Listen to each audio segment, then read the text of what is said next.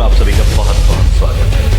जदयू को लगा है बहुत ही बड़ा झटका। विधानसभा क्षेत्र 39 फुलपड़ास से 5 कार्यकर्ताओं ने, उसमें भी रीठ माने जाने वाले महासचिव ज्योति झा समेत और 4 कार्यकर्ताओं ने इस्तीफा देने के बाद जैसे महकमे में एक हलचल सी मच गई है। चारों तरफ लोग सोचने पे मजबूर हो गए हैं कि इतनी मेहनत करने के बाद ये ऐन वक्त पर पार्टी को छोड़कर क्यों जा रहा है। उनके साथ 4 और ऐसे काम करने वाले लोग हैं जो बहुत ही मजबूत हैं, बहुत ही मजबूत कार्यकर्ता हैं, जिन्होंने कि सब किसी न किसी पद पे भी बने हुए थे, उसको छोड़कर आज इस्तीफा देकर स्वतंत्र हो गए हैं।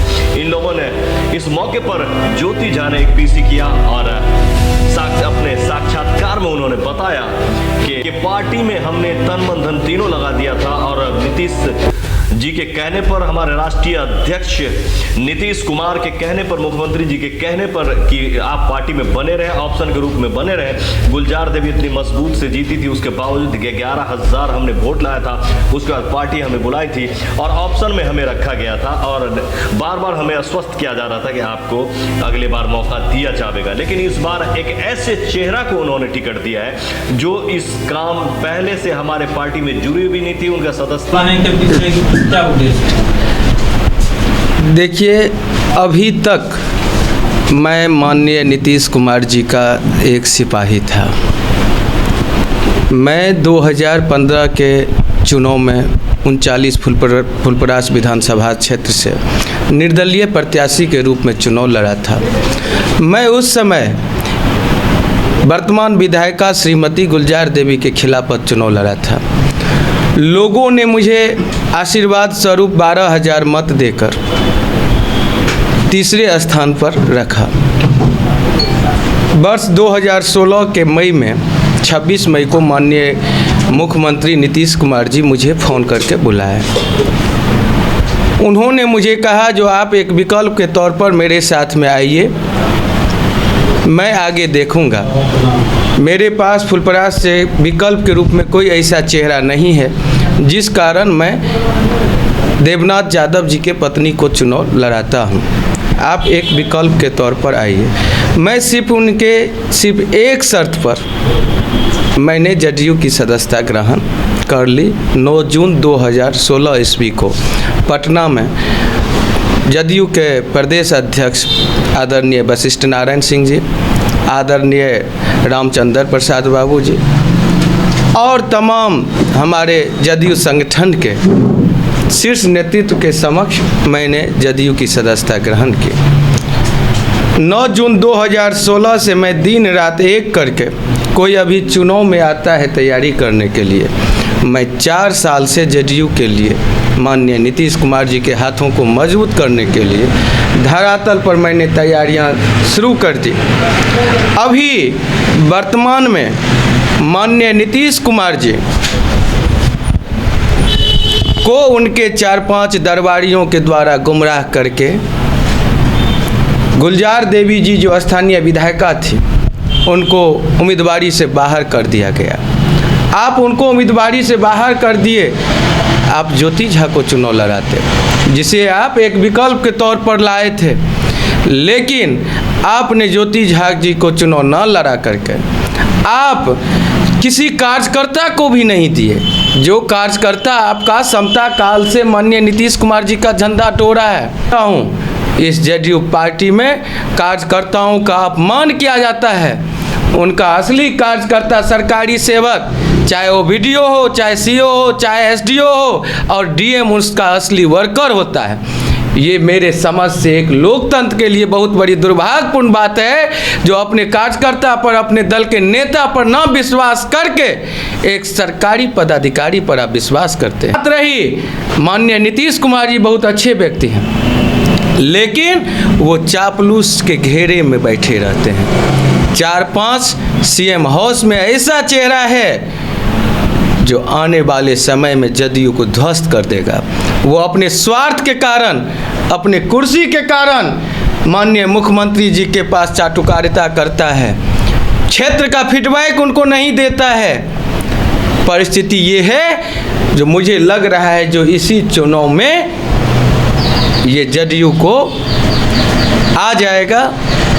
हम देख रहे हैं धरातल पर जैसे ही विश्वास था माननीय नीतीश कुमार जी के प्रति, वैसे ही अभी नाराजगी है। एक पैराशूट उम्मीदवार को टिकट दिया गया है, जो शीला मंडल जी एक एग्जीक्यूटिव इंजीनियर की पत्नी हैं। मुझे लगता है उस एग्जीक्यूटिव इंजीनियर को सैकड़ों गबन का केस होगा उसके ऊपर, कई भ्रष्टाचार के मामला होंगे। वैसे जो कल तक हमारी जदयू की सदस्य भी नहीं थी वो महिला, उस ऐसे पैराशूट उम्मीदवार को ला करके धरातल पर आप 3,26,000 लोगों का नेतृत्व करने के लिए ला के रख दिए, जो अपने गांव के लोगों को नहीं जानती है। आप संगठन के लोगों को तो छोड़िए, वो लोग ये प्रत्याशी 3,26,000 हमारे मतदाता को कैसे पहचान पाएगी, उसके दुख दर्द को कैसे समझ पाएगी। उससे इस डिसीजन से आहत होकर के हमारे साथ में हैं श्री राम मंडल जी हैं, जदयू के मेन विंग के जिला सचिव हैं, पिछड़ों के मसीहा हैं, पिछड़ा वर्ग में इनका पहुंच है। ये भी आहत होकर के काटकर, क्या ये श्री राम मंडल जी नहीं थे अति पिछड़ा? आप अपने वर्कर को लड़ाते हैं। ये हुए वकील सदाई जी हुए, ये दलित समाज से आते हैं, पूरे दलित पे उनका भरोसा था, पूरा निगाह था, जो हमारे दलित का सबको माननीय मुख्यमंत्री नीतीश कुमार जी, हमारे राष्ट्रीय अध्यक्ष नीतीश कुमार जी सम्मान करेंगे, लेकिन उन्होंने ठेस पहुंचाया है। ये हुए संजय कुमार झा जी, ये जदयू के युवा प्रकोष्ठ के जिला सचिव हैं। ये बोलबम झा जी हुए, भोगेंद्र कुमार झा और बोलबम झा जी शिक्षा प्रकोष्ठ के ही प्रखंड अध्यक्ष हैं। सभी तमाम कार्यकर्ताओं में मैं तो कहता हूँ, जब से शीला मंडल जी को टिकट इन्होंने दिया, घर से बाहर निकलते शर्म हो रहा है। लोग सिर्फ एक ही सवाल पूछता है, जो नीतीश कुमार जी को गांव घर में एक कहावत है, नासे काल विनाशे बुद्धि, वो अभी परिस्थिति हो गया है कि हवा खाता है, जिसको एसी में बैठने का आदत है। अब वो युग नहीं है जो नेता के पीछे जनता भागता है। जो जनता के पीछे जो नेता भागेगा, जनता उसको सम्मान देगा, जनता का हाथ हमेशा उस नेता के सर पर रहेगा। मैं तो नीतीश कुमार जी से कहना चाहता हूँ, जो आप अगर पैसा के ही बल पर आप दिए टिकट, तो क्या आपके कार्यकर्ता मजबूत नहीं है? आप पार्टी फंड में उस कार्यकर्ता से दिलवाते, लेकिन एक कार्यकर्ता का आप सम्मान करते। सर, किसी पार्टी की तरफ रुख करेंगे या फिर अभी ऐसे ही रहना?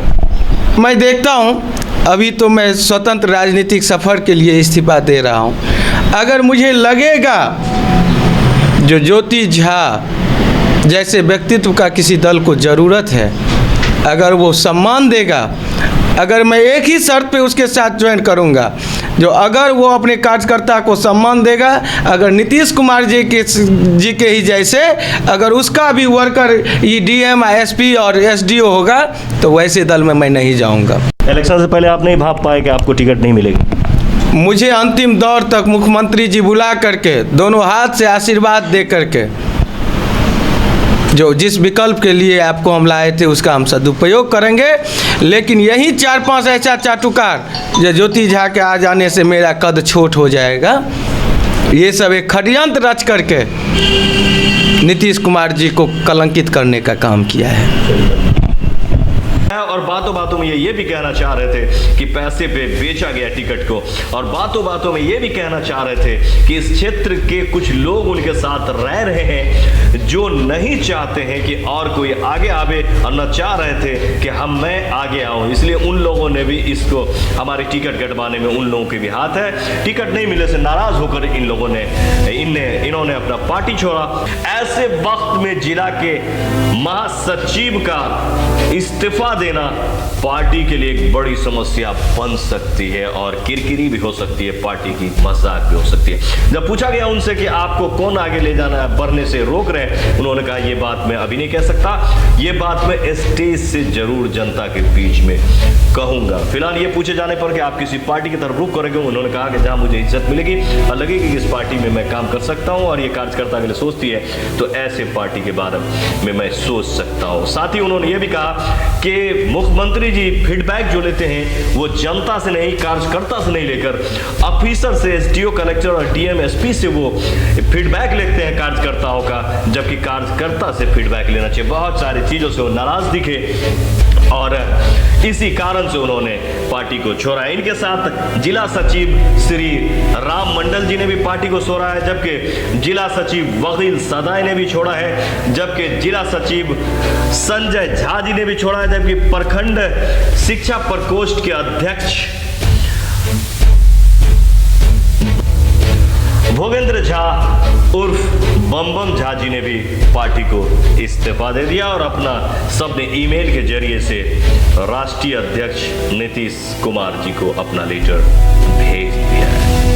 अब देखना यह होगा कि क्या ये किसी पार्टी को ज्वाइन करते हैं और इससे कितना घाटा होता है जदयू में और जदयू को कितनी किरकिरी होती है। हालांकि ऐसे वक्तों में पार्टी का साथ छोड़ना पार्टी के लिए बड़ा ही परेशानी का सबब बन सकता है। देखना यह है कि क्या कुछ होता है 39 में। हमारे साथ आप लगातार बने रहें। अगर अभी तक आपने इसे सब्सक्राइब नहीं किया तो इसे सब्सक्राइब कर लें। स्वयं को दे इजाजत, मिलते हैं बहुत जल्द अगले खबर में। तब तक के लिए हमें